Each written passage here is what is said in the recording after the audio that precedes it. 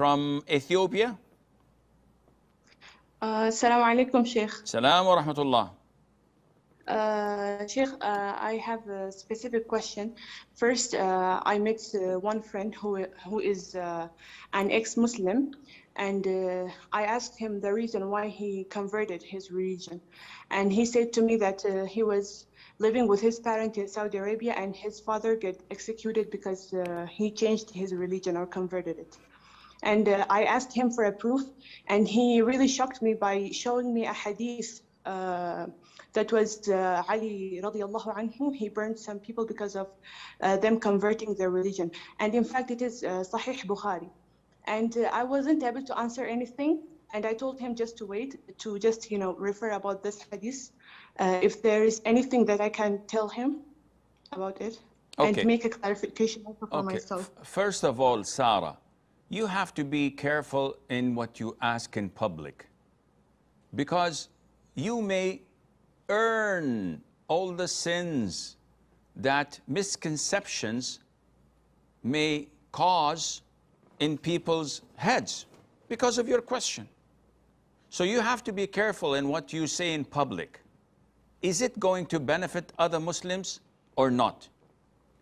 Maybe you're genuinely asking to know, but you don't know whether this would confuse others or not. Maybe you have a hidden agenda to cast doubts about Islam indirectly, pretending that it's an honest question. This is in Allah's hands. Nevertheless, I will answer you. Number one, the hadith of Ali, may Allah be pleased with him, burning people because they converted their religion is not true. Ali, may Allah be pleased with him, fought with people who said to him that you are the creator of the heavens and the earth. You are our Lord that we worship. So they did not make him a prophet. They did not make him a saint. They did not make him a messenger. They made him Allah. Ta'ala Allahu amma yaqulu adh-dhalimuna 'uluwan kabira. He tried to advise them, to call them back to Islam.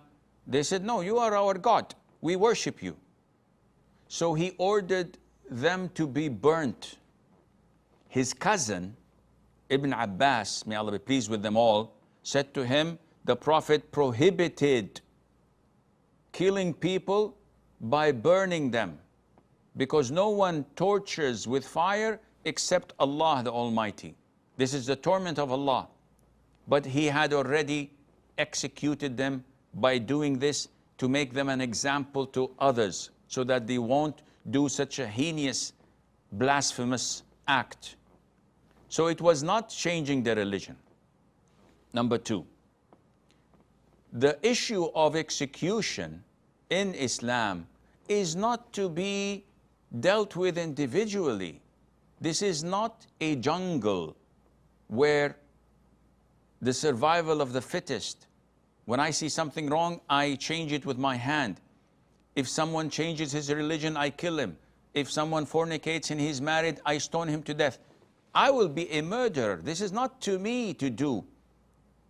This is only to be carried out by the Muslim ruler, who has a panel of judges to give their verdict, and he carries out this verdict. So it's a system, it's a sharia, not for individuals, but for the head of state. So if there is no head of state, if you're living in Europe, for example, can the Muslim community execute such prescribed punishments? The answer is no. This is not to them, even if they have a leader, even if they have an imam. This is something only to be carried out by the head of the state, the head of the country. Thirdly, according to Sharia law, the Prophet ﷺ said, whoever changes his religion, then his prescribed punishment is to be executed. Again, by whom? By Tom, Dick, or Harry? No. It's only by the head of state. And if there is no head of state, he's none of my business. I don't care whether he changes his religion or changes his gender. This is up to him. The one to implement Sharia is the head of state. So whoever changes his religion from Islam to another religion in a Muslim country, according to their laws and to their Sharia and to the Muslim court, a panel of judges sit with him, try to convey the message and how dangerous this is and what will happen to him. If he does not revert back to Islam, the Muslim ruler may execute him. And this is his call and this is his decision.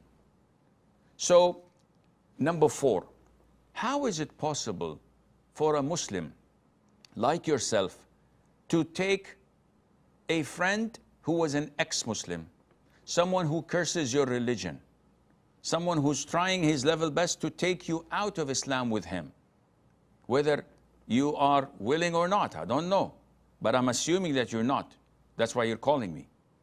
How is it possible if this person slandered your father, if she said, by the way, your father molested me, your father raped me, would you still be friend with her? If she curses your mom and says your mom is a prostitute, would you still be best friend with her? If she tells everybody that you had an affair with her brother and she shows them the proofs which she made up, would you still be friend with her? Of course not. Why? Because you honor yourself. You have dignity. But when it comes to your religion, someone curses your Lord or your Quran or your Prophet or your religion, and you say, I was shocked, so I thought of asking. This means that your Islam and your Iman is not certain. You don't have certainty. Because if you had, you would have definitely said, nope, I don't believe in this. If someone were to doubt you and say, which orphanage did your parents take you from? You said, no, I was born to my real parents. How do you know? Did you do your DNA test? No. So how do you know? You weren't there. Would you accept this and go and do your DNA test, or you will take it for granted that, no, this is ridiculous, this is stupid. I am the legitimate child of my parents. How is it that you're not willing to put up a fight blindly defending your religion when someone like that casts doubt in it? This shows that you are in great danger, Sarah. May Allah make things easy for you and for us.